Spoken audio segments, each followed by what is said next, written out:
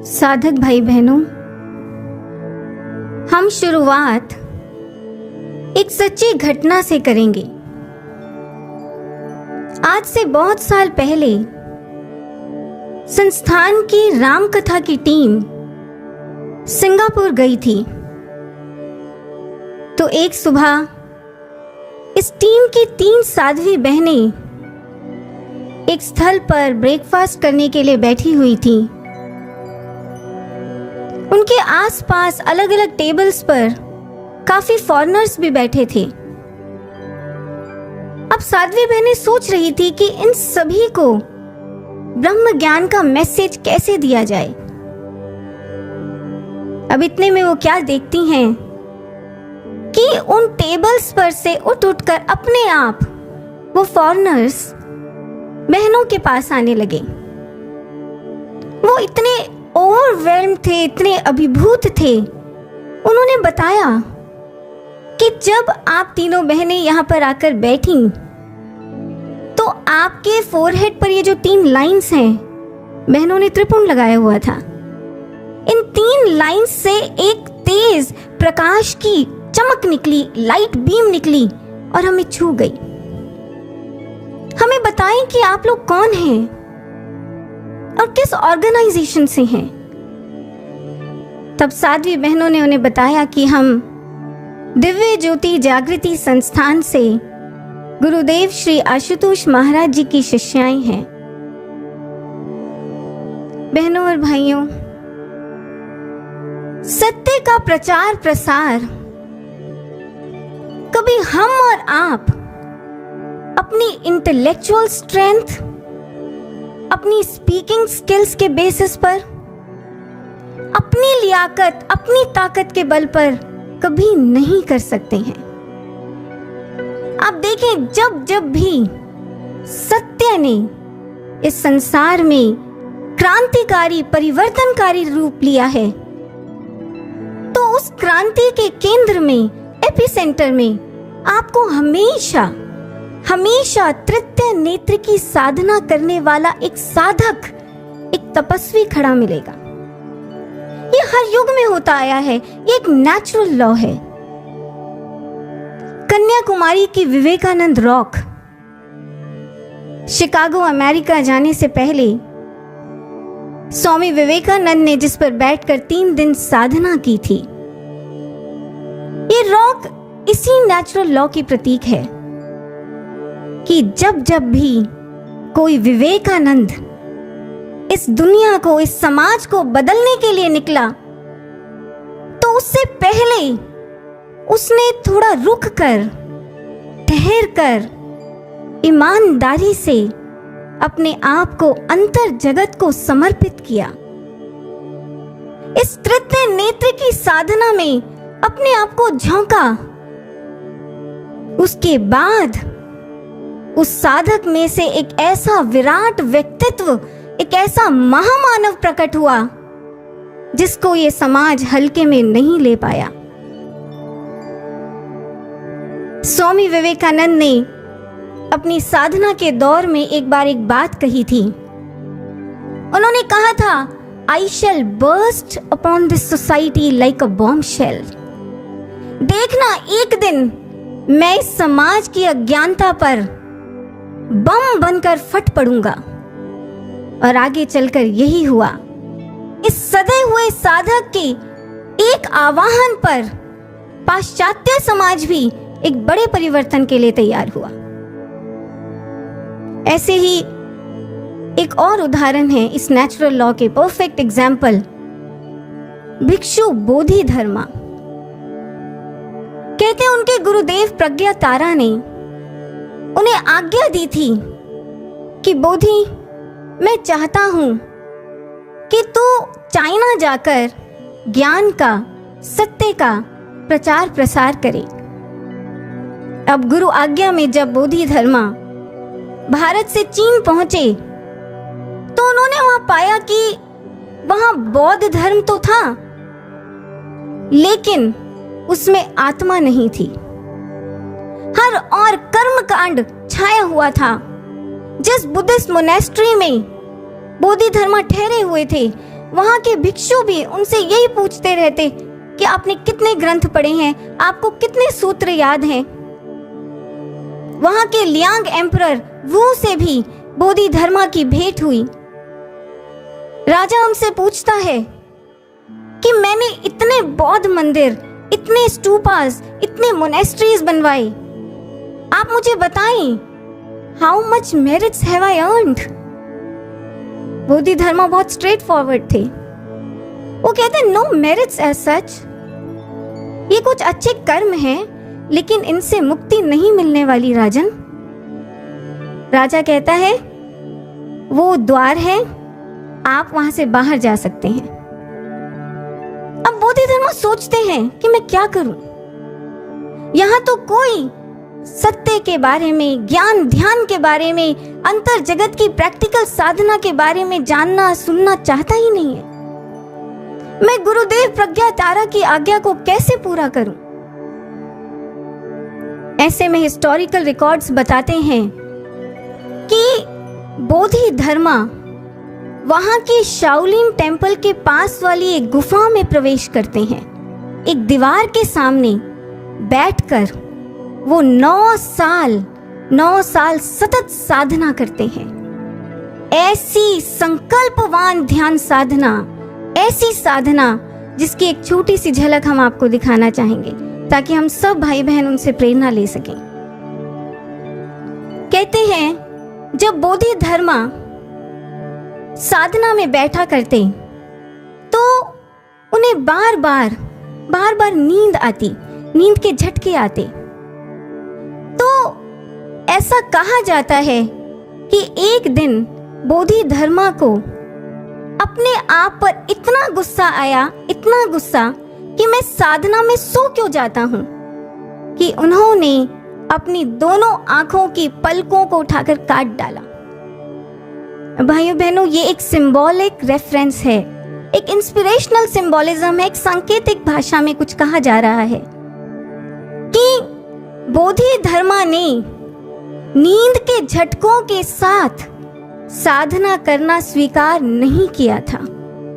उन्होंने अपनी नींद के विरुद्ध ऐसा युद्ध किया था कि वो 9 साल बिना झटके लिए निद्रा रहित साधना, स्थित होकर साधना कर पाए थे।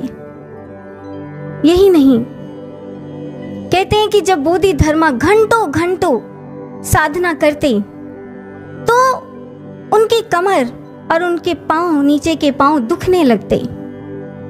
उनका बार बार मन करता कि मैं लेट जाऊं, लेट कर अपने पांव और कमर को सीधा कर लूं, लेकिन नहीं, हर बार बोधिधर्मा का आत्मबल उनके मन के विरुद्ध डटकर खड़ा हो जाता। नहीं, मैं नहीं लेटूंगा, नहीं झुकूंगा, नहीं रुकूंगा, चाहे मेरी अस्थि बिखर कर टूट जाए। भाइयों बहनों, इस साधक के महासंकल्पों को आगे चलकर दुनिया ने सेलिब्रेट किया, खासकर जापान ने। जानते हैं कैसे? जापान में बोधिधर्मा को डरूमा कहा जाता है, डरूमा। जापान के मनीषियों ने बोधिधर्मा के इन महासंकल्पों को दुनिया भर के साधकों तक पहुंचाने के लिए डरूमा डॉल्स बनाई। आप नेट पर देख सकते हैं, ये जो डरूमा डॉल्स होती हैं ये एग शेप्ड होती हैं, अंडे के आकार की होती हैं और इनकी आंखों पर पलकें नहीं होती हैं, माने ऐसी आंखें जो साधना में सोती नहीं हैं।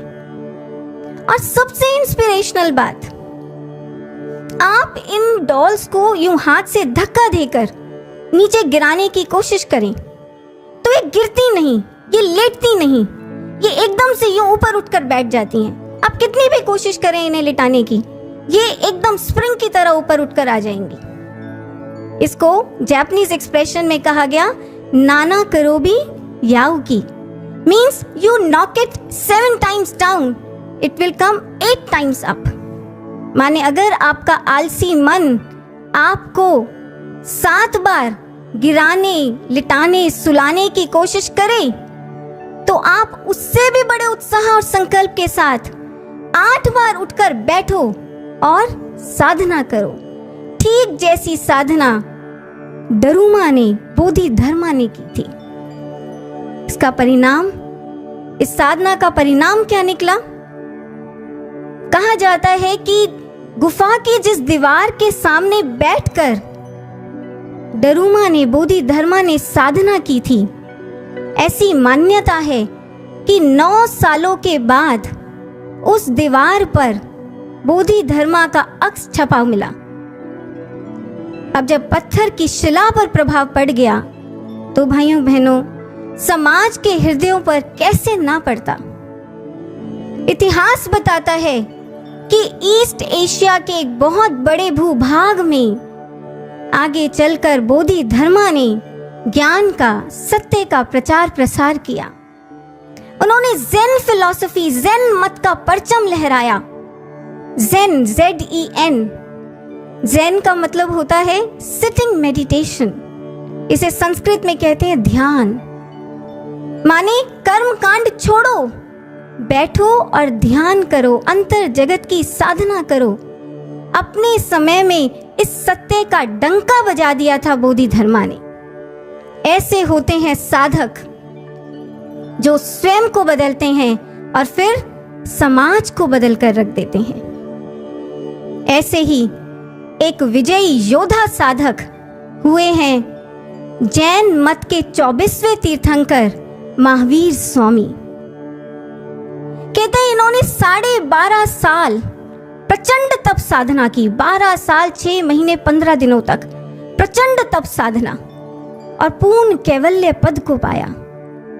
और उसके बाद विराट स्तर पर असंख्य हृदयों में उन्होंने सत्य को रोपित किया। जैनिज्म के स्टैटिस्टिकल रिकॉर्ड्स बताते हैं कि उनके साथ 14,000 समर्पित साधु शिष्य, 36,000 समर्पित साध्वी शिष्याएं, 1,59,000 श्रावक साधक, 3,18,000 श्राविकाएं साधिकाएं, ये सब महावीर के साथ उनके अभियान में जुड़ गई। और यही नहीं, 700 मुनियों ने महावीर के मार्गदर्शन में पूर्ण कैवल्य मोक्ष पद को पाया।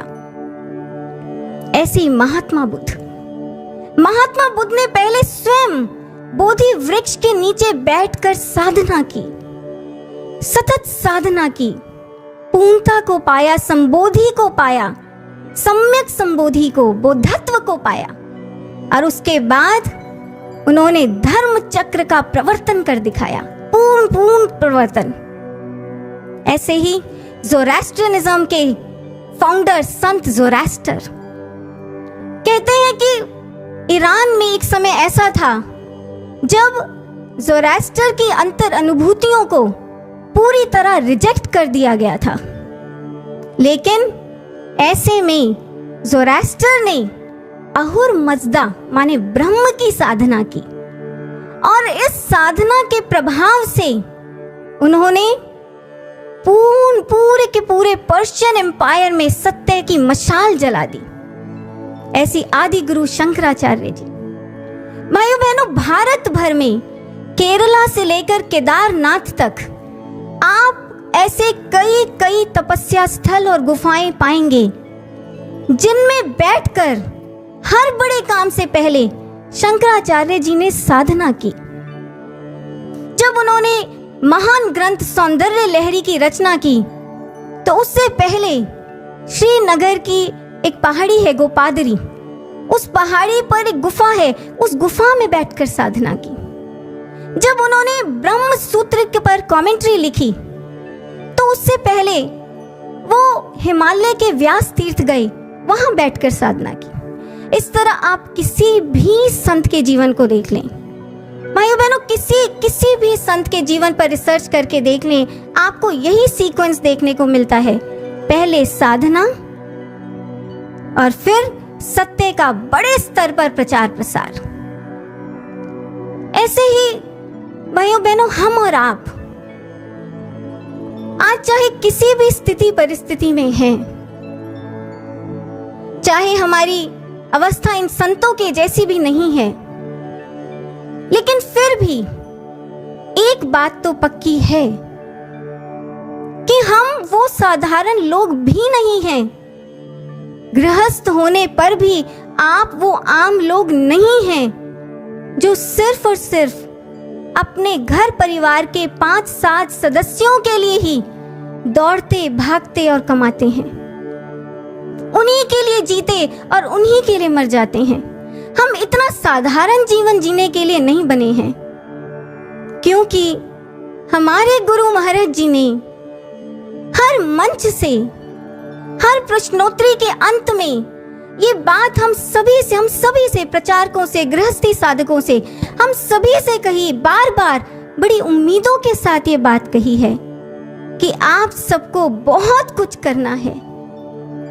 इस दम तोड़ती मानवता को अगर कोई बचा सकता है तो वो है दिव्य ज्योति, वो है आप सब, क्योंकि आपके पास वो विशेष अति विशेष असाधारण ब्रह्म ज्ञान है जिसे आपको जन जन तक पहुंचाना है। भाइयों बहनों, अगर हम महाराज जी की इस आज्ञा को लेकर जरा सा भी सीरियस हैं, अगर मन के किसी कोने में हम ये भाव रखते हैं कि महाराज जी हमारा ये जीवन छोटी छोटी बातों में व्यर्थ ना चला जाए, आप युग निर्माण का जो एक महायज्ञ करेंगे उसमें हमारी भी सेवा ले लेना प्रभु। अगर मन के किसी कोने में ये भाव है तो भाइयों बहनों, अब वो थोड़ा सा समय शेष बचा है, थोड़ा सा समय जिसमें हम तैयारी करें, अपने आप को सत्य के वाहन, व्हीकल के रूप में, यंत्र के रूप में तैयार करें। और इस तैयारी का एक ही तरीका है, जैसा कि हमने संतों के जीवन से भी अभी जाना, वो है ब्रह्म ज्ञान की अंतर जगत की साधना, तृतीय नेत्र आज्ञा चक्र से जुड़ने की साधना। भाइयों बहनों, मेरा यहाँ पर ऐसा मानना है कि हम में से जितने भी भाई बहन इस समय इस वेबकास्ट को देख और सुन रहे हैं, हम सभी कहीं ना कहीं ये बात अच्छे से जानते हैं कि हमें रेगुलर अच्छी सच्ची साधना करनी चाहिए। हम ये बात जानते भी हैं और चाहते भी हैं, लेकिन क्या हम ऐसा कर भी पाते हैं? नहीं। जानने, चाहने और करने के बीच में एक बड़ा गैप है, और इस गैप में बड़े सारे स्पीड ब्रेकर्स भरे हुए हैं। कैसे स्पीड ब्रेकर्स? हम क्या करें, साधना में बैठा ही नहीं जाता, कमर और घुटने दुखते हैं, किसी तरह बैठ भी जाते हैं तो नींद बहुत आती है, आधा समय तो नींद में झूमने में या विचारों में घूमने में ही निकल जाता है, मन ही नहीं टिकता, ध्यान ही नहीं लगता, कहीं कोई अनुभूति नहीं, कोई आनंद नहीं। तो ऐसे में कैसे करें हम अच्छी और सच्ची साधना? भाइयों बहनों, हमारी ये जो सारी समस्याएं हैं, ये सिर्फ इसलिए हैं क्योंकि हमारी एक सोच गलत है। हम सोचते हैं कि एक आसन पर आंखें मूंद कर बैठ जाना, बस यही साधना करना है, जबकि महाराज जी कहते हैं कि साधना अपने आप में एक पूरा पैकेज है। काया, मन, अध्यात्म सभी से हम सक्षम बन जाएंगे, तभी लक्ष्य के लिए शक्ति को सही दिशा दे पाएंगे। काया माने फिजिकल लेवल, मन माने साइकोलॉजिकल लेवल, अध्यात्म माने स्पिरिचुअल लेवल। जब हम इन तीनों लेवल्स पर तैयारी करेंगे तब होगा शक्ति का संधान, तब होगी अच्छी साधना। इसलिए भाइयों बहनों, आज हम आपके सामने कुछ ऐसे प्रैक्टिकल स्टेप्स रखने वाले हैं, ऐसे प्रैक्टिकल स्टेप्स जो हमें इन तीनों लेवल्स पर ग्रूम करते हुए, इन तीनों लेवल्स पर साधते हुए पूर्ण ध्यान की अवस्था तक ले जाते हैं। पहला स्टेप, आपका खान पान, आपकी डाइट, आप क्या और कितना खाते हैं। विश्वास मानिए भाइयों बहनों, साधना यहीं से शुरू होती है, पहला स्टेप है। एक बार योगानंद परमहंस के शिष्यों ने उनसे पूछा, गुरुदेव आप यही चाहते हैं ना कि हम शाकाहारी भोजन करें, हम वेजिटेरियन बन जाएं? तो योगानंद परमहंस कहते हैं, यही नहीं, हम चाहते हैं कि तुम वेजिटेरियन के साथ साथ प्रॉपरिटेरियन भी बनो। योगानंद परमहंस जी ने ये एक नई टर्म निकाली थी अपने समय में, प्रॉपरिटेरियन। ऐसा नहीं कि वेजिटेरियन फूड खाने के बहाने आप उसको खूब तेल में मसालों में भूनकर बेहिसाब खाते चले जाओ, खाते चले जाओ। नहीं, आप उसको प्रॉपर, आप उसको सात्विक ढंग से पकाओ, आप उसको प्रॉपर संयमित मात्रा में खाओ। ये होता है प्रॉपरिटेरियन होना। एक साधक वेजिटेरियन भी होता है और साथ में प्रॉपरिटेरियन भी होता है।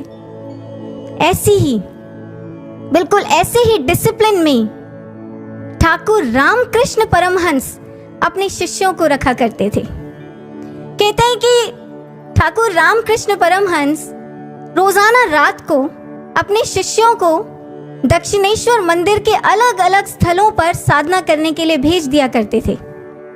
लेकिन उससे पहले शाम को वो डिनर के समय चुपके से रसोई घर में श्री माँ के पास जाते और उनसे कहते, सुनो, आज राखाल को 2 ही रोटी देना भोजन में, और शशि को पहले से 1 रोटी कम देना, और वो जो लाटू है ना उसको तो उपवास पर ही रखना।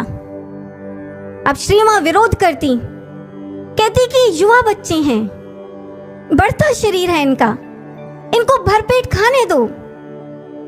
तो ठाकुर कहते कि तुम्हें इनका शारीरिक स्वास्थ्य ही दिखाई देता है, लेकिन मुझे तो इनकी आत्मा का स्वास्थ्य देखना है।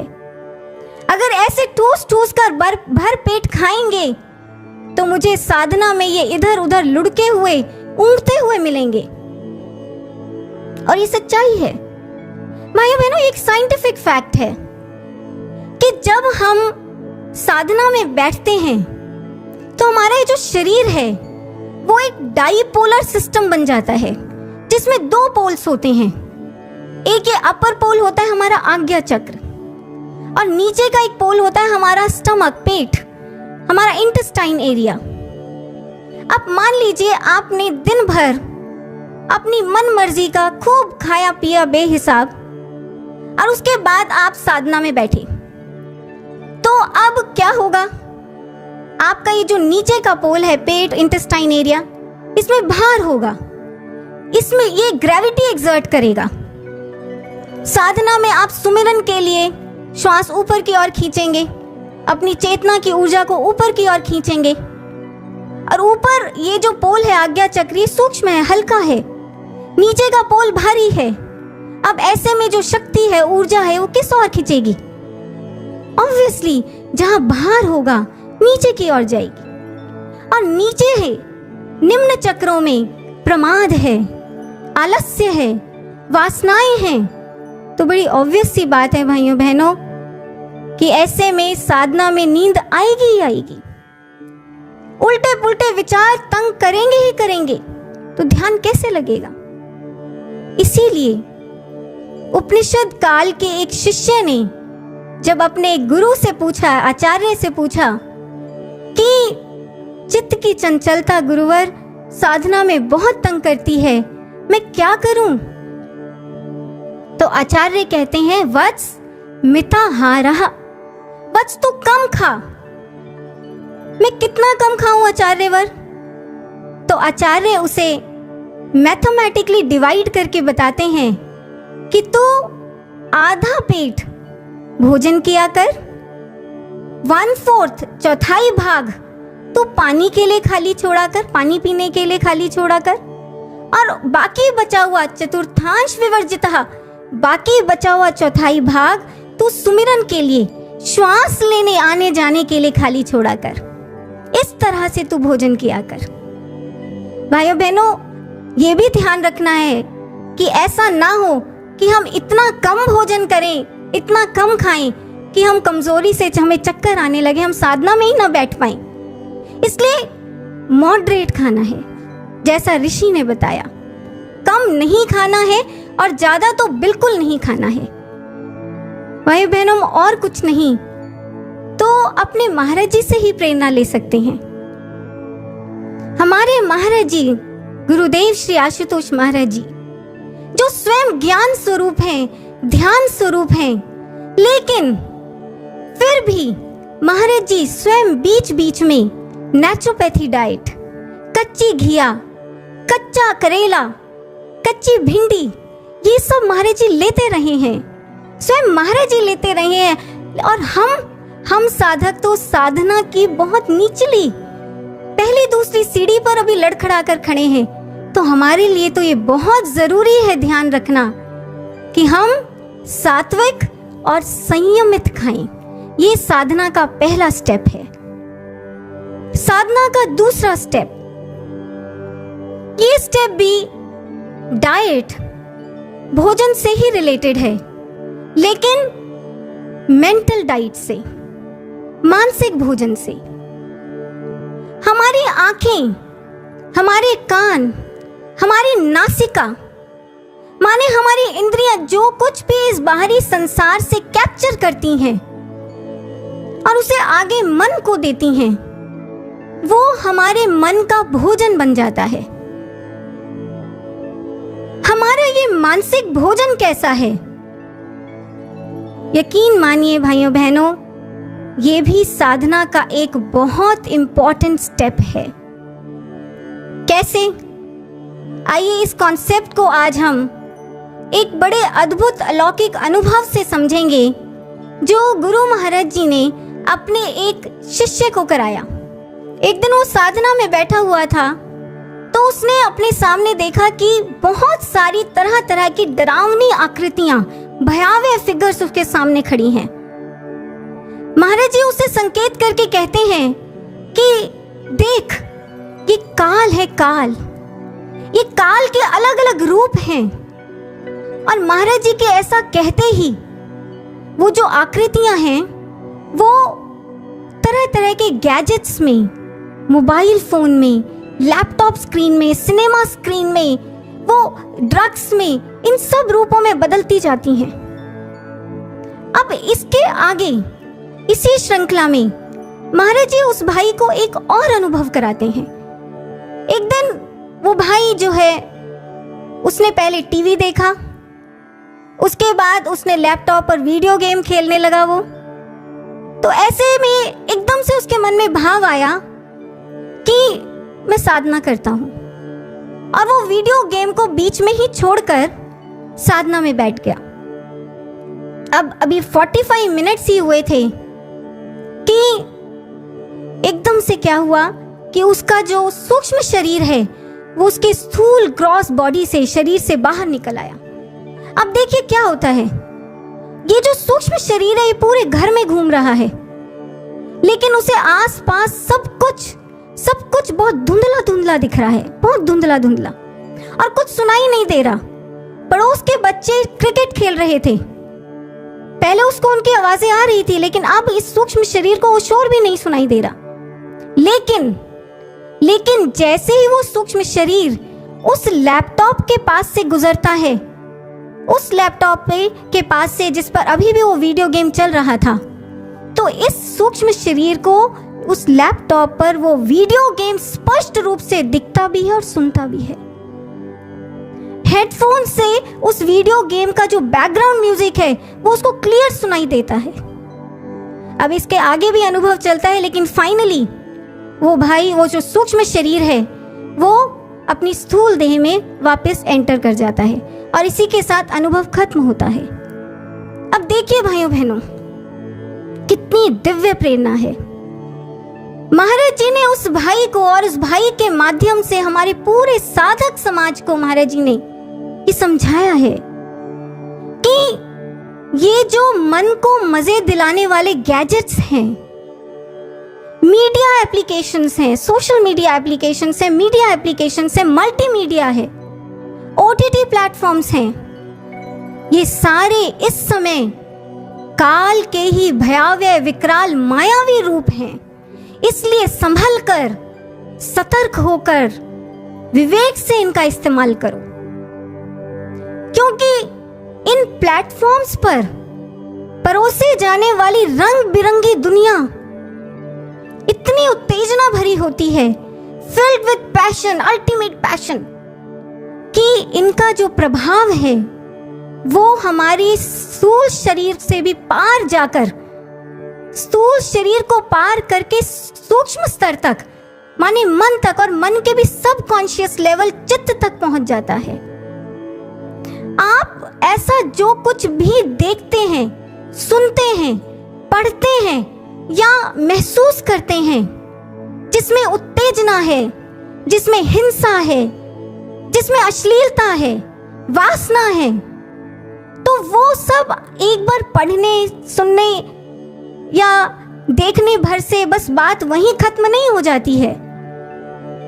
उनका एक सूक्ष्म प्रभाव, एक गहरी फिल्म हमारे चित्त पर उसी समय छप जाती है। विश्वास मानिए, गहरी फिल्म छप जाती है। और अनुभवी साधकों के दावे हैं भाइयों बहनों कि चित्त पर छपी ये गहरी फिल्में हमें साधना में चैन से बैठने नहीं देती हैं। आप जैसे ही आंखें बंद करके साधना में बैठेंगे तो चित्त पर छपी ये जो रिफ्लेक्शंस हैं, ये जो छाप हैं, इनमें से विचार निकल कर नेगेटिव इलेक्ट्रॉन्स, आज के साइको एनालिस्ट कहते हैं एनग्राम्स के रूप में, नेगेटिव इलेक्ट्रॉन्स के रूप में विचार निकल कर ऊपर आते हैं और हमारे मन में कोहराम मचा देते हैं। ऐसे में आप साधना कैसे करेंगे? और यही नहीं भाइयों बहनों, आज इस बात को गंभीरता से समझें हम, विद ऑल सीरियसनेस। चित्त पर ये जो छाप है, जो रिफ्लेक्शंस हैं, ये कई बार इतनी गहरी होती हैं कि इनको डिलीट करने में, इनको धोने में कई बार जन्मों जन्मों की साधना खर्च करनी पड़ती है।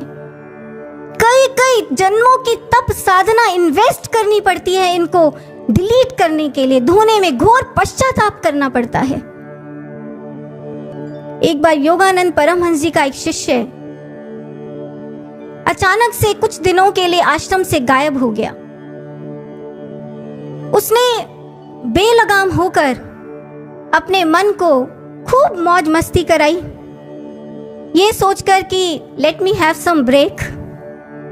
लेकिन जब वो वापस आश्रम पहुंचा और ध्यान कक्ष में बैठकर उसने साधना की तो रो पड़ा। परमहंस जी से कहता है, गुरुदेव ये क्या हो गया मेरे साथ? अब तो मैं पहले के जैसे ध्यान ही नहीं लगा पा रहा, ये क्या हो रहा है मेरे साथ? तो योगानंद परमहंस जी उसे डांटते हुए कहते हैं, तू जानता है तूने अपने साथ कितना बड़ा ब्लंडर कर लिया। अब तुझे वापस उसी आध्यात्मिक अवस्था पर लाने के लिए मुझे 3 जन्म और लगेंगे। भाइयों बहनों, 3 जन्म। And what do you think, is Guru a sweeper? क्या गुरु एक स्वीपर है? तुम जो मर्जी कूड़ा करकट अंदर डालते जाओ और गुरु सफाई करता जाए? भाइयों बहनों, ऐसा कहा जाता है कि योगानंद परमहंस जी के जीवन काल का जो लास्ट फेज था उसमें दूरदर्शन का आविष्कार हो गया था। तो योगानंद परमहंस जी जाते जाते संसार से अपने साधकों को ये कहकर गए थे कि सतर्क रहना, इसके आकर्षण में इतना मत फंस जाना, कहीं ऐसा ना हो कि ये दूरदर्शन तुम्हें अंतर्दर्शन से दूर कर दे। ऐसे ही महर्षि पतंजलि, उन्होंने साधक समाज को जो अष्टांग योग दिया, उसके 7 स्टेप पर महर्षि कहते हैं साधना करो, ध्यान करो। लेकिन उससे पहले 5th स्टेप पर वो कहते हैं प्रत्याहार करो। प्रत्याहार। प्रत्याहार का मतलब होता है विड्रॉल ऑफ द सेंसेस, माने सोच समझकर अपनी इंद्रियों को आहार दो। जैसे ही तुम बाहर संसार में कुछ भी उत्तेजना से भरा देखो, कुछ भी संस्कारों से गिरा हुआ देखो, तो तुरंत अपने मन को वहां से हटाओ और अंतर्मुखी करके सुमिरन में लगाओ। ये होता है प्रत्याहार करना। और भाइयों बहनों, हम दिव्य ज्योति जागृति संस्थान के साधकों के लिए हमारी दिव्य ज्योति के साधना प्लानर का भी ये दूसरा इंपॉर्टेंट स्टेप है कि हम सतर्क और संयमित होकर अपने मन को भोजन दें। ये दूसरा इंपॉर्टेंट स्टेप है। तीसरा स्टेप है हमारे ध्यान में बैठने की मुद्रा। हमारा सिटिंग पोस्चर कैसा है, इस पर भी ध्यान देना बहुत जरूरी है। सुखासन पद्मासन में बैठें, कमर गर्दन बिल्कुल स्ट्रेट, बाजुएं बिना ढील के एकदम सीधी। ज्ञान मुद्रा में इंडेक्स फिंगर और थंब ध्यान से देके टिप टू टिप जॉइंट और थोड़ा प्रेस्ड, और बाकी 3 उंगलियां एकदम सीधी और खिंची हुई। ऐसे बैठना है साधना में।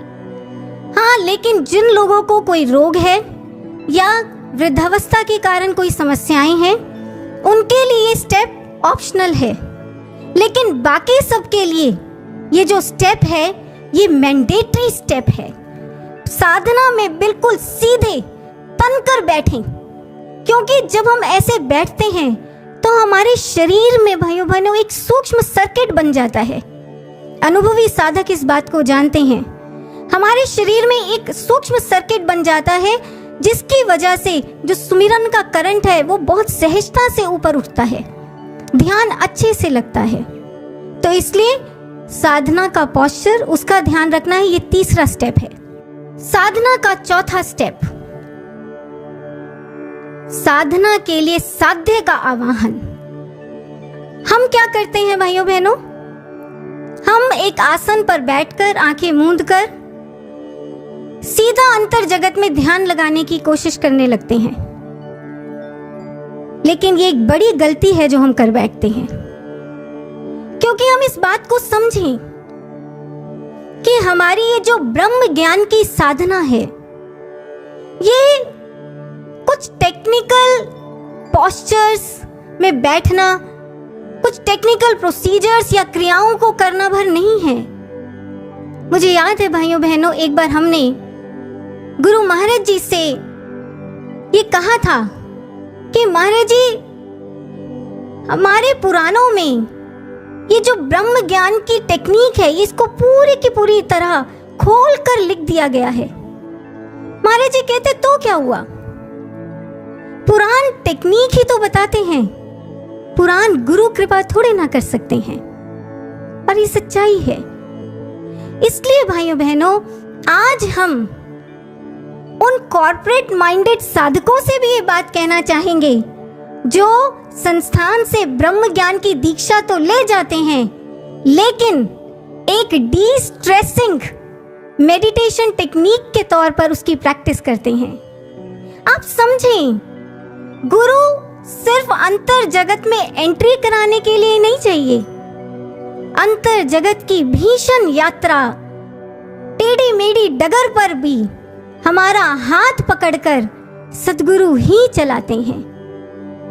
और इसीलिए चैतन्य महाप्रभु, उन्होंने समाज को एक बड़ा सक्सेसफुल भक्ति योग का बड़ा सक्सेसफुल फॉर्मूला दिया। महाप्रभु ने अपने समय में देखा कि ये जो समाज है ये बहुत बाहर है, इसकी मनोदशा बहुत बाहर है, इस भौतिकता की ओर, संसार की ओर इंक्लाइंड है। ऐसे में इन साधकों के लिए अपने मन को सब ओर से हटाकर समेटकर सीधा अंतर जगत में निराकार में लगाना ये बहुत मुश्किल काम है। इसलिए चैतन्य महाप्रभु ने एक बीच का रास्ता निकाला। उन्होंने कहा कि पहले इन साधकों को साकार के भाव से जोड़ो, फिर ये साकार ही इन्हें निराकार तक लेकर जाएगा। और भाई बहनों, ये जो 2 स्टेप का फॉर्मूला है, पहले साकार के भाव से जुड़ना और फिर साकार का निराकार तक लेकर जाना, इस 2 स्टेप फॉर्मूले को चैतन्य महाप्रभु ने पहले अपने ऊपर अप्लाई करके दिखाया। वो क्या करते? हरे कृष्णा कृष्ण कृष्णा हरे हरे, इस नाम धुन की एक प्रबल लहर छेड़ दिया करते थे। वो कृष्ण के स्वरूपों को, कृष्ण से जुड़े स्मृति चिन्हों को देखते रहते। पुरी में जगन्नाथ मंदिर के जो गरुड़ स्तंभ है, उसको थाम कर पकड़कर वो कृष्ण की लीलाओं को याद करते। कहीं रेत का एक टीला नजर आ जाता तो गोवर्धन लीला याद करते। काला बादल दिखता तो अपने श्यामल प्रभु के सौंदर्य को याद करते। और ऐसा करते करते चैतन्य महाप्रभु भावों के एक बहुत ऊंचे प्लेन पर पहुंच जाते, स्टेट ऑफ एक्सटेसी। और फिर वही भाव उन्हें अंतर जगत की गहराइयों में उतार देते, ध्यान समाधि की गहराइयों में उतार देते। भाइयों बहनों, ये था चैतन्य महाप्रभु का एक वेल टेस्टेड एंड ट्राइड भक्ति योग का फॉर्मूला। हम भी दिव्य ज्योति के साधक इस फॉर्मूले को अपनी साधना के 4th स्टेप पर अडॉप्ट कर सकते हैं, क्योंकि हमारे लिए भी अपने एक्सट्रोवर्ट मन को एकदम से इंट्रोवर्ट करना, अंतर जगत में ले जाना, निराकार से जोड़ना मुश्किल होता है। तो ऐसे में हमें क्या करना चाहिए? हमें पहले अपने महाराज जी, गुरु महाराज जी के स्वरूप का दर्शन करना चाहिए। महाराज जी का स्वरूप सामने है तो बहुत अच्छी बात है, नहीं तो लॉकेट में ही, अपने लॉकेट में या सेल फोन की स्क्रीन पर महाराज जी का दर्शन करें। महाराज जी के स्वरूप को एकाग्रता से, ध्यान से देखें। महाराज जी के श्री चरणों का स्मरण करें। ओम श्री आशुतोषाय नमः इस नाम धुन को भावों से गाएं या फिर मन ही मन उसका जाप करें। महाराज जी की स्मृतियों में, महाराज जी की लीलाओं में अपने मन को ले जाएं। महाराज जी ने जो समय हमारे साथ बिताए हैं, जो महाराज जी की लीलाएं हमने स्वयं देखी हैं या किसी से सुनी हैं, उनमें अपने मन को लगाएं। भाइयों बहनों, क्योंकि हर हृदय में, हर दिल में श्रद्धा की, भावों की एक पूंजी हुआ करती है। ये पूंजी चाहे कितनी भी दबी और छुपी हुई क्यों ना हो, लेकिन ये होती हर हृदय में है। लेकिन जब हम अपने साध्य के साकार चिन्हों से जुड़ते हैं तो ये जो भाव है, श्रद्धा है, ये उभर कर ऊपर आ जाती है। तो इस तरह भावों को जगाकर हम महाराज जी से, साधना से पहले, अभ्यास करने से पहले हम महाराज जी से प्रार्थना करें कि हमारी अवस्था बहुत दयनीय है प्रभु, और आप अंतर जगत के स्वामी हैं, आप ध्यान मूलम हैं, इसलिए आप हम पर कृपा करें, हमें अंतर जगत की गहराइयों में लेकर चलें। इस तरह भावों से हमें महाराज जी को याद, उनका स्मरण चिंतन करना चाहिए। महर्षि अरविंद कहा करते थे that the highest and the lowest are the closest. How? Because the highest superconscient can only deal with the lowest inconscient. जो सबसे ऊंचा है, शिखर पर जिसका आसन स्थापित है, वही नीचे गहरी खाई में धसे हुए की मदद, सहायता करने का सामर्थ्य रखता है, और वो होते हैं हमारे सद्गुरु स्वामी भगवान। वही हम निम्न अवस्था वाले साधकों को साधना की ऊंचाई पर ले जाने का दम रखते हैं। भाइयों बहनों, मुझे याद है एक बार महाराज जी ने कुछ नोट्स दिए थे। उन नोट्स में हमें महाराज जी द्वारा लिखा, महाराज जी का एक हैंड नोट मिला। एक पेज पर महाराज जी ने स्वयं अपने हाथों से गीता की एक पंक्ति की व्याख्या लिखी हुई थी। वो गीता की पंक्ति क्या थी? सुहृदं सर्वभूतानां ज्ञात्वा माम शांति मृच्छति।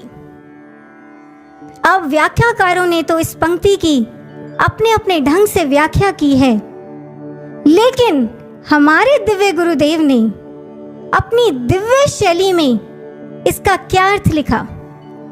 महाराज जी लिखते हैं कि जो मुझे अपना सुहृद परम मित्र जान लेता है कि मैं उसका हूं और उसका सब कुछ हूं, वो इतना जानने भर से ही शांति पा जाता है। देखिए भाई बहनों, कितनी बड़ी बात। जो मुझे अपना सुहृद परम मित्र जान लेता है कि मैं उसका अपना हूं, उसका सब कुछ हूं, वो इतना जानने भर से ही शांति पा जाता है। और ये फैक्ट है। साधना में हमारा मन चाहे कितना भी अशांत हो, लेकिन महाराज जी से कनेक्ट होते ही महाराज जी का एक हल्का सा, एक छोटा सा दर्शन, एक झलक मिलते ही, महाराज जी की एक क्षण भर की मुस्कान मिलते ही, महाराज जी के लिए हृदय में उठने वाला एक हल्का सा भाव ही, अपनेपन का एहसास ही हमारी साधना के स्तर को कहां से कहां पहुंचा देता है, ये अनुभवी साधक अच्छे से जानते हैं। इसलिए साधना का चौथा स्टेप है अपने ध्यान मूलम गुरुदेव का भावों से स्मरण चिंतन करें। पहले अभ्यास से पहले गुरु को पुकारें, उनका आवाहन करें। पांचवा स्टेप वो है अभ्यास। साधना के सही पोस्चर में बैठने और महाराज जी से कनेक्ट होने के बाद एक साधक अपने अंतर जगत के फ्रंट पर डट जाता है, और इस फ्रंट पर डटते ही, आंखें मूंदते ही उसका सबसे पहला सामना होता है अपने ही विचारों से। विचार विचार, एक के बाद एक विचार।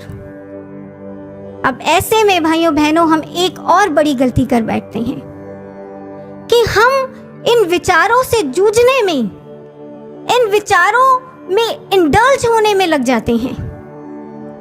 देखिए, बौद्ध ग्रंथों में एक प्रिंसिपल कहा गया जिसका नाम है lion's gaze principle. Lion's gaze माने शेर की, सिंह की पैनी दृष्टि। ये बौद्ध प्रिंसिपल कहता है कि जब आप एक डॉग, एक स्वान की तरफ लकड़ी उछालकर फेंकेंगे, तो जो डॉग है वो उछाली गई इस लकड़ी की ओर लपकेगा। लेकिन जब आप यही लकड़ी एक शेर की तरफ उछालकर फेंकेंगे, तो जो शेर है वो उछाली गई लकड़ी की ओर नहीं, लकड़ी उछालने वाले की ओर लपकेगा। और इसीलिए एक बौद्ध भिक्षु हुए मेरा लप्पा, जो श्रेष्ठ गुरु भक्त भी हुए हैं, वो कहते हैं you can throw a stick at a lion only once. तुम शेर की तरफ सिर्फ एक बार लकड़ी उछालकर फेंक सकते हो, क्योंकि अगली बार, दूसरी बार फेंकने के लिए आप जीवित ही नहीं बचते हो। And therefore don't be a dog, be a lion. देखिए साधकों, कितना गहरा सिद्धांत है साधकता का। हमें भी जब हम साधना में बैठते हैं, हमें अपनी ओर फेंके जाने वाली विचारों की लकड़ियों को नहीं पकड़ना है। हमें विचारों को नहीं पकड़ना है। विचारों के पीछे, विचारों को फेंकने वाला जो मन है, उस मन को पकड़ लेना है और उसको पकड़कर वहां से जोड़ देना है जहां से जुड़कर वो और विचारों को पैदा करने के, हमारी ओर फेंकने के लायक ही ना रहे। कहां से जोड़ देना है मन को? उपनिषद कहते हैं स्ववशम मनः, मन को वश में करने वाले अंतर जगत में 3 स्थल ऐसे हैं जहां मन को जोड़ा जा सकता है। कौन से हैं ये 3 स्थल? पहला स्थल हमारा ये आज्ञा चक्र। ज्ञान दीक्षा के समय गुरुदेव श्री आशुतोष महाराज जी हमारे इस आज्ञा चक्र को जागृत कर देते हैं। इसका पहला प्रमाण तो यह है कि हमें यहाँ अनुभूति होती है, प्रकाश का दर्शन होता है।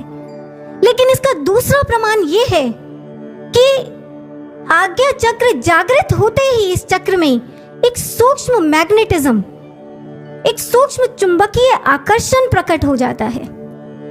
साधना के दौरान हमें आज्ञा चक्र के इसी सूक्ष्म आकर्षण से अपने मन को जोड़ने का अभ्यास करना चाहिए। शुरू शुरू में ये जो आकर्षण है, चुंबकीय आकर्षण, ये हल्का होता है, लेकिन जितना जितना हम अभ्यास करते हैं, मन को बार बार इस पर टिकाते हैं, ये आकर्षण गाढ़ा प्रगाढ़ होता जाता है और हमारा ध्यान गहरा होता जाता है। दूसरा स्थल है हमारी श्वासों में प्रकट आदि नाम, उसकी वाइब्रेशन से मन को जोड़ें। एक महान पूर्ण संत हुए हैं लहड़ी माश्य, वो अपने साधक शिष्यों को कहा करते थे कि ऐसा सुमिरन करो साधकों, ऐसा सुमिरन करो कि तुम्हारा मन न रहे, श्वास ही प्राण ही बन जाए। ऐसी तन्मयता के साथ, ऐसे लगन मन योग के साथ 8 पहर सुमिरन का अभ्यास करो। तीसरा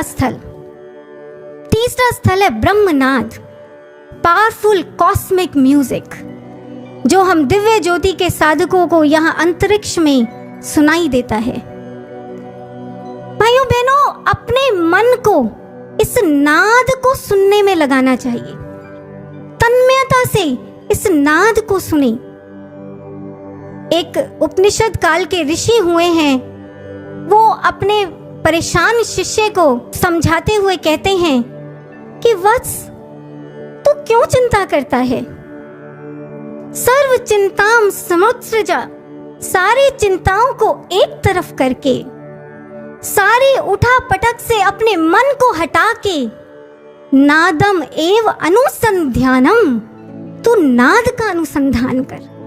तू अंतर जगत में इस नाद को सुनने का एक्सपेरिमेंट तो कर, देख सब कुछ ठीक होता चला जाएगा। भाइयों बहनों, गुरुदेव श्री आशुतोष महाराज जी ने ज्ञान दीक्षा के समय हमारे अंदर ये दिव्य पदार्थ इसलिए ही तो प्रकट किए थे ताकि हम साधना में बैठकर अपने मन को हर ओर से हटाकर उसको खींचकर इन दिव्य पदार्थों में लगाएं, इनसे जोड़ें। मन भागता है तो उसे फिर पकड़ पकड़ कर लाएं और अंतर जगत की इन अनुभूतियों से जुड़ें, उनमें टिकाएं। ये अभ्यास युद्ध है साधकों, अभ्यास युद्ध जो हर साधक को साधना में बैठकर करना ही होता है। आप कहेंगे कि यही तो दुनिया का सबसे भीषण युद्ध है। निसंदेह ये दुनिया का सबसे भीषण युद्ध है, लेकिन जिसने भी महान सृजन का व्रत लिया है उसने ये युद्ध अपने ही विरुद्ध किया ही किया है। श्री औरबिंदो के इस अभ्यास युद्ध की आपको एक छोटी सी झांकी दिखाना चाहेंगे। कहते हैं 1908 में श्री औरबिंदो को ब्रिटिश गवर्नमेंट ने अलीपुर जेल में कैद कर दिया। अब एक 9 बाय 5 फुट की एक छोटी सी कोठरी थी जिसमें श्री औरबिंदो को रहना था, और वहां की परिस्थितियां भी कैसी थी? वो कोठरी भट्टी की तरह तपती थी। पीने का पानी एक लोहे के कनस्तर में रखा होता जो उबलता रहता। ना खाने की सुविधा, ना नहाने की सुविधा। पर ऐसी परिस्थितियों में भी औरबिंदो संकल्प लेते हैं कि मैं यहाँ बैठकर ध्यान का अभ्यास करूंगा। उन्होंने आंखें मूंदी, पद्मासन लगाया और साधना में बैठ गई। और बस इसी के साथ आरंभ हुआ उनका अपने अंतर मन के साथ संग्राम, जो वो स्वयं बड़े विस्तार से लिख कर गए हैं। श्री औरबिंदो कहते हैं, बताते हैं कि क्योंकि मैं एक एक्टिव रेवोल्यूशनरी था, स्वतंत्रता संग्राम में बड़ी सक्रिय भूमिका निभाता था, और मैं एक विचारशील व्यक्ति भी था, अखबारों के लिए लेख लिखा करता था। इसलिए मेरा जो दिमाग था वो एक तरह से भीषण विचारों की फैक्ट्री था। मेरे मन से एंडलेस चेन, विचारों की एंडलेस चेन निकलती थी। मैं पूरे दमखम से किसी तरह अपने मन को समेटकर ध्यान में बैठता, लेकिन कुछ ही मिनटों बाद मेरा मन विद्रोह कर देता, विचारों के तूफान खड़े कर देता। मैं संघर्ष करता, फिर अपने मन को अंतर जगत से जोड़ता। किसी तरह खींचा तानी करके जैसे तैसे मैं 1 घंटा ध्यान करता, लेकिन उसके बाद तो बस। I used to feel intense mental agony and state of helplessness. मेरा सिर चकराने लगता, मेरी नस नाड़ियां फटने को होती और मैं घबराकर आंखें खोल देता। भाइयों बहनों, ऐसी मेंटल स्टेट से, ऐसी मानसिक अवस्था से श्री अरबिंदो ने साधना की शुरुआत की थी, बिल्कुल बिखरे हुए मन से। लेकिन श्री अरबिंदो डटे रहे, अभ्यास युद्ध करते रहे, मन को पकड़ पकड़ कर अंतर जगत से जोड़ते रहे। और सिर्फ जेल कोठरी में ही नहीं, उन्हें बीच बीच में मजिस्ट्रेट के सामने कोर्ट में भी पेश किया जाता था, जहां पर 5-5 घंटों की लंबी हियरिंग चलती थी। अरबिंदो ने सोचा कि इस समय को भी क्यों वेस्ट करना, क्यों ना यहाँ सुमिरन का अभ्यास किया जाए। वो लिखते हैं कि जब मैंने सुमिरन का अभ्यास शुरू किया तो शुरू में तो मेरा जरा सा हल्का सा साउंड या साइट का झोंका भर भी आता तो मेरा सुमिरन टूट जाता, मेरा मन प्राण क्रिया से अलग हो जाता। लेकिन फिर धीरे धीरे अभ्यास करते करते एक समय ऐसा आया जब मैं घोर शोर के बीच भी अंतर चेतना से जुड़ना सीख गया। भाइयों बहनों, इस तरह श्री अरबिंदो ने 1 साल डटकर अभ्यास किया। जेल की कैद के समय डटकर अभ्यास किया, ऐसा अभ्यास कि उन्होंने अपनी जेल की कोठरी को साधना कुटीर में बदल दिया। बहुत ऊंची आध्यात्मिक अवस्था को पा लिया। रिहा होने के जस्ट बाद जब उन्होंने उत्तर पारा क्षेत्र में 10,000 लोगों के सामने पहली स्पीच दी थी, तो उसमें अरबिंदो कहते हैं कि जेल की जो सलाखें मुझे कैद करने के लिए बनाई गई थी, वो मेरी स्वतंत्रता का सबब बन गई। मुझे उन सलाखों के स्थान पर वासुदेव श्री कृष्ण खड़े दिखाई देते। The only result of the wrath of British government was that I found my God. अंग्रेजी हुकूमत ने तो मुझ पर गुस्सा उगला था, लेकिन उसका परिणाम ये निकला कि मुझे मेरे भगवान मिल गई। भाइयों बहनों, इसलिए शुरुआत हमेशा निम्नता के स्तर से ही की जाती है। बिखरे हुए मन से ही शुरुआत होती है। ऐसा नहीं है कि ये जो ऋषि महर्षि संत लोग हैं, ये कोई अलग ही स्पीशीज, अलग ही प्रजाति के इवॉल्व बीइंग्स थे जो हमेशा से ही ऊंचे उठे हुए थे, नहीं। पर हाँ, ये खबर भी पक्की है कि जिसने भी ईमानदारी से अंतर जगत में मेहनत की है, अपने मन को अंतर जगत से जोड़ने की मेहनत की है ईमानदारी से, ब्रह्म ज्ञान की साधना ने उसको कभी भी निराश नहीं किया है। उसको बहुत शीघ्र रिजल्ट्स मिले हैं। बड़ी तेज गति से उसकी साधना सदती, उसकी साधकता सदती और बढ़ती चली गई है। इसलिए भाइयों बहनों, अंत में आइए हम वैदिक ऋषि अथर्ववेद के एक ऋषि की डांट को सुनते चलें, जो उन्होंने अपने एक शिष्य को लगाई थी। ऋषि अपने शिष्य को कहते हैं, साधक विकलांग मत बन। मैं कहता हूं विकलांग मत बन। ऋषि कुमार झुंझलाकर पूछता है कि आचार्य, मैं कैसे विकलांग हुआ? मेरे तो आंख, कान, हाथ, पांव सब सही सलामत है, भला मैं कैसे विकलांग? तो ऋषि उसे डांटते हैं कि मूर्ख, हम आर्यों की वैदिक परंपरा में विकलांग वो है जो यशकार ना शशाक कर तुम, जिसने वो नहीं किया जो वो कर सकता था, जिसने सब साधन मिलने के बाद भी वो साधना नहीं की जो वो कर सकता था। इसलिए भाइयों बहनों, हम ऐसे वैदिक विकलांग ना बने।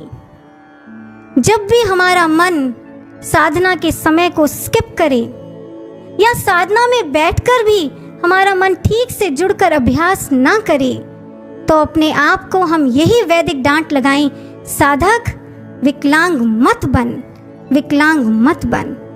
आइए अब अंत में चलते चलते गुरुदेव श्री आशुतोष महाराज जी की एक और दिव्य प्रेरणा को हम लेकर चलते हैं। एक बार भंडारे पर एक साधक ने महाराज जी से प्रश्न पूछा था कि महाराज जी, साधना में बैठने का मन ही नहीं करता, क्या करें? तो महाराज जी ने कहा था कि ऐसा कहने से काम नहीं चलने वाला। मन करे ना करे, मन लगे ना लगे, साधना में बैठना ही बैठना है, क्योंकि उसका भी अपना ही एक फल है, बैठने का भी अपना एक फल है। लेकिन साधना के पूर्ण लाभ के लिए निश्चयात्मक बुद्धि बनानी होगी, शिव संकल्प धारण करना होगा कि साधना करनी है, करेंगे ही, अभ्यास करना है, करेंगे ही। आइए इसी संकल्प के साथ हम अपने गुरुदेव के चरणों में नमन अर्पित करते हैं। बोलिए ब्रह्म ज्ञान प्रदाता सद्गुरु श्री आशुतोष महाराज जी की जय। ब्रह्म ज्ञान के सनातन अभ्यास की जय।